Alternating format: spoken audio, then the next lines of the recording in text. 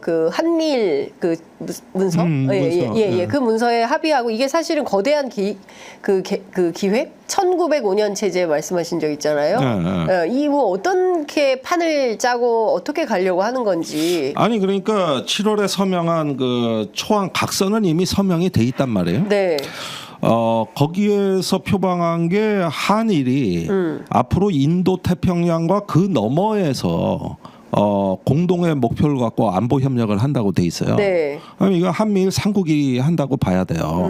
인도 태평양과 그 너머라 그랬습니다. 네. 그러니까 앞으로 한미일 그 안보 협력 문서가 체결이 되면은 일단은 남중국해나 대만 해협에서 앞으로 항상 같이 행동한다.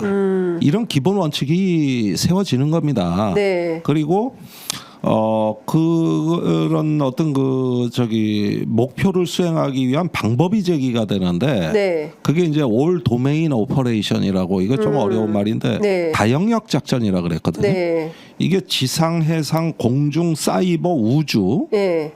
AI에 이르기까지 네. 모든 군사 자산의 시스템의 표준 말하자면 상호 운용성을 달성한다는 개념입니다.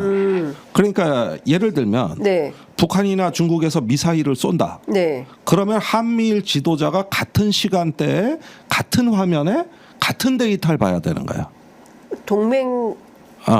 이게 이제 시스템이 통합되는 다 거예요. 통합되면. 그래야 의사소통이 빨리 되고 표준 행동 절차 네. SOP를 또 정한다 그랬거든요. 네. 이건 뭐냐? 한미일이 공동의 교전 수칙을 운영하겠다 이 얘기예요. 공동의 교전 수칙. 공동의 교전 수칙을 운영하겠다. 예. 그러면은 이걸 또 지휘하는 단일 지휘관이 있어야 되는 거예요. 예. 그러면 미사일 방어를 한다. 예. 그러면 한국도 쏘고 일본도 쏘고 미국도 쏴서 요격한다.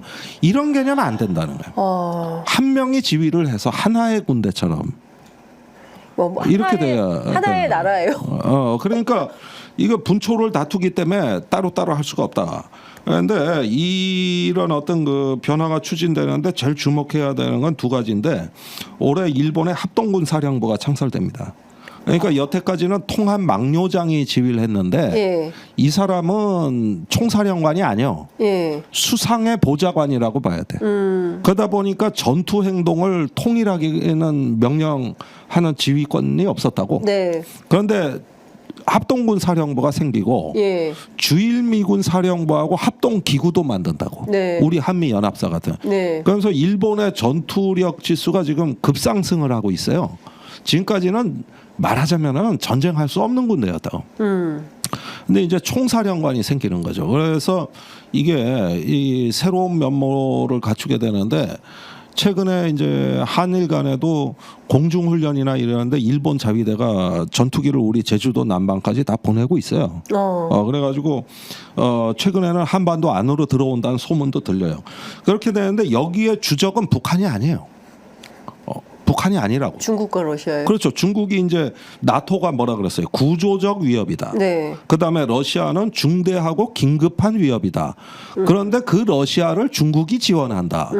고로 아시아에서 중국을 억제하지 않으면 유럽에서 러시아를 못 막는다. 이게 1905년 체제예요. 그때 영일 동맹이라는 게 있었단 말이에요. 예. 그래서 1차 대전 때까지 가잖아요. 그러니까 이게 뭐냐면 아시아의 나토, 아시아의 축소된 나토가 여기서 중국을 차단하고 억제하고 강압을 해줘야 배후에 러시아가 고립이 되고 유럽의 안보 부담이 줄어든다. 그래서 인도 태평양과 그 너머 이게 이번에 다 문서로 만들어지고 표준 행동 절차가 만들어진다. 네.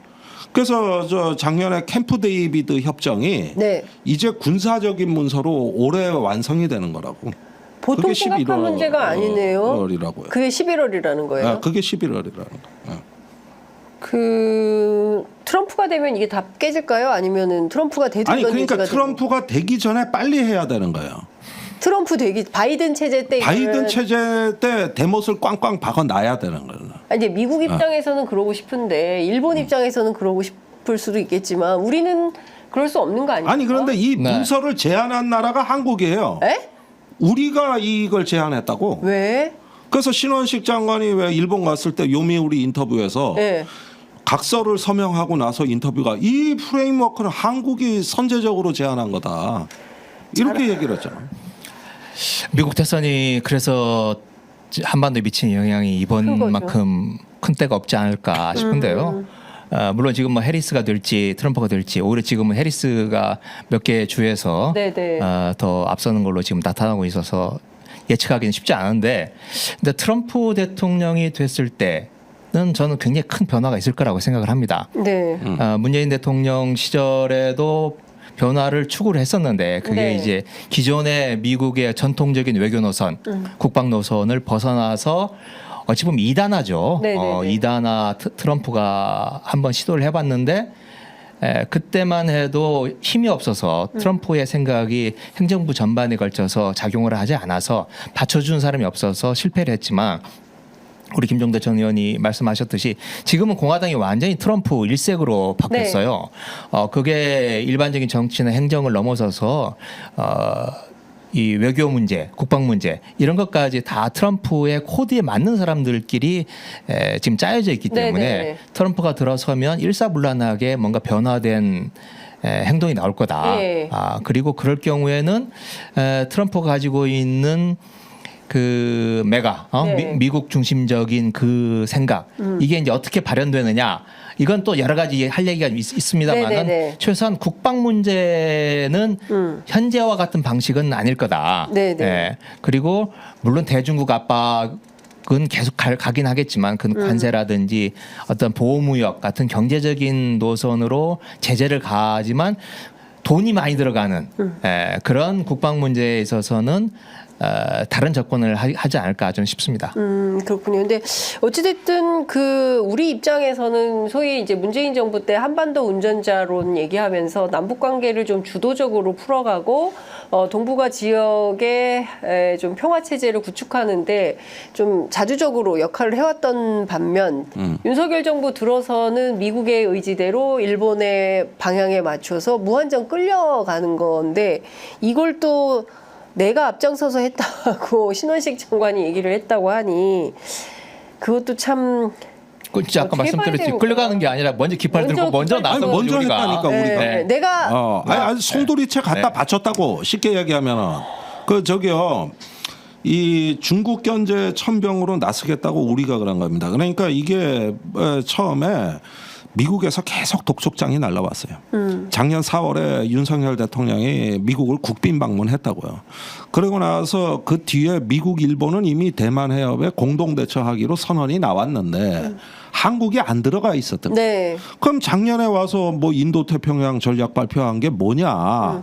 원래 인도 태평양 전략의 출발점이 대만 사태예요. 그것 때문에 하자 그러는 건데 그랬는데 한국이 여태까지 입장을 안 밝히는 겁니다. 윤석열 정부에서. 그러니까 독촉장이 계속 날라왔어요. 그러니까 드디어 응답이 나온 게 한국이 대만해협 뭐 남중국해를 명시적으로 밝히는 것보다 이런 식으로 우회적으로 해가지고 인도 태평양에 뭐 삼국 안보 협력 문서를 만들어 놓으면 그게 그거 아니냐 이거죠. 이래가지고 이 경로는 우리가 제시를 한 거거든요. 그러니까 같은 얘기예요 사실상. 이게 같은 얘기가 되는 거죠. 그렇게 되면은 그 동아시아에서 이제 중국을 어디 그 저 제1도련선이라고 얘기하는 그 말라카 해협에서 대만을 거쳐가지고 한반도 저기 동쪽으로 쭉 이어지는 선 이거를 차단선으로 이제 한미일 삼국이 운영을 하는, 중국이 진출하는 걸 차단선을 여기서 막겠다는 거거든요. 그래서 일본이 올해 토마호크 미사일을 뭐 400기나 도입한다는 거 아닙니까? 그리고 또 저기 그 합동군 사령부를 창설하고, 이건 뭐냐 하면은 해상에서 중국군을 차단하는데, 근데 사실 일본이 그거 혼자 하기엔 역량이 안 됩니다. 또 미국은 그 통합기지 위주로 돼 있지 기동성이 떨어져요. 그러니까 한국이 가세를 해야 되는 거예요. 그러면 프레임워크가 완성이 되는 거거든요. 이게 사실상.